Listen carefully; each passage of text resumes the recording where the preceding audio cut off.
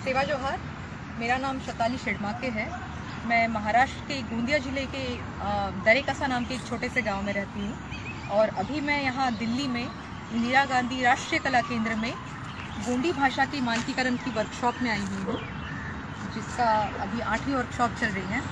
यहाँ पर आते ही मैंने इंदिरा गांधी राष्ट्रीय कला केंद्र के गेट पर एक आदिवासी संस्कृति का मैंने एक बड़ा सा गेट देखा यहाँ पर सेकेंड एंट्रेंस में, और उसके बाजू में एक मैंने प्लेट देखी है जहाँ पर इसके बारे में जानकारी दी गई है। तो मैंने इसे पढ़ा और उसके बाद मैं ये बताना चाहूँगी कि यहाँ जो जानकारी दी गई है इसका मैं विरोध करती हूँ। यहाँ पर लिखा गया है कि बस्तर के जीव जंतुओं को नष्ट करके भैंसासुर और दूसरे राक्षस आदिवासी जनजातियों का नाश करना चाहते थे और अपनी हुकूमत को कायम करना चाहते थे। तब माँ दंतेश्वरी और मावली देव दोनों पति पत्नी बस्तर की रक्षा के लिए बड़े डोंगर गांव की पहाड़ी पर प्रकट हुए। भैंसासुर के साथ माँ दंतेश्वरी का द्वंद्व युद्ध हुआ। माँ दंतेश्वरी ने भैंसासुर का जूड़ा पकड़कर जोर की लात मारी। इसमें भैंसासुर बस्तर सरहद के अंतिम छोर पर संकनी और डंकनी नदी के संगम में जा गिरा और वहीं पर भैंसासुर का अंत हो गया। इसके बाद माँ दंतेश्वरी दंतेवाड़ा में जाकर पत्थर बन गई और राजा भैरम देव उनका पुजारी बन गया। उस दिन से माँ दंतेश्वरी एवं मावली देव को बस्तर में प्रमुख देवी देवता का दर्जा मिला और आज भी उन्हें प्रमुख देवी देवता के रूप में पूजते हैं। दूसरी बात यहाँ पर लिखा गया है, माँ दंतेश्वरी और मावली देव के 4 पुत्र थे। इन चारों पुत्रों को लिंगोदेव के नाम से जाना जाता है।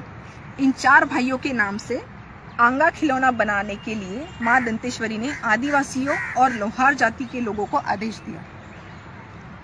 यहाँ पर जो चीज़ें आई हैं, तो मैं पहली बात ये बताना चाहूँगी, स्पष्ट करना चाहूँगी कि बस्तर में भैंसासुर और जो दूसरे राक्षसों की बात कही गई है वो हम आदिवासी हैं।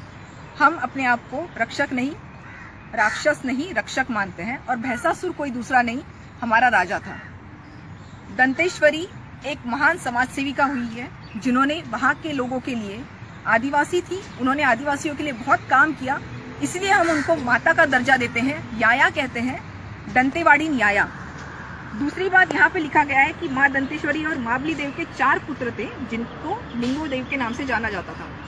पहांदी पारी कुपार लिंगो ये हमारे आदिवासियों के एक गुरु हुए हैं जिन्हें हम देवता करके पूजते हैं। वो एक इंसान थे, उन्होंने हमारी गोत्र व्यवस्था गढ़ी है जिससे आदिवासी आज भी उस गोत्र व्यवस्था को फॉलो करते हैं, आज भी मानते हैं। दूसरी बात यहाँ कही गई है कि आंगा नाम का खिलौना बनाया गया।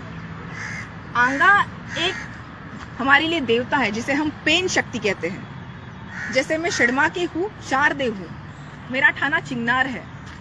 कहते हैं कि मैं शेडमाके लोगों का उद्गम स्थल चिंगनार है और जहाँ पर हमारी उत्पत्ति हुई है, मेरे दादा परदादा दादी जो भी मरे हैं उनको हमने देवता के रूप में लकड़ी के आंगा में समाविष्ट किया और हर साल हम अपने पूर्वजों की पूजा करते हैं जिसको हम पेन करसाड़ कहते हैं, जिसमें हम हमारे आंगा को पूजते हैं। तो यहाँ पे हमारे देवताओं को खिलौना बोलना ये गलत है और मैं इसका भी विरोध करती हूँ।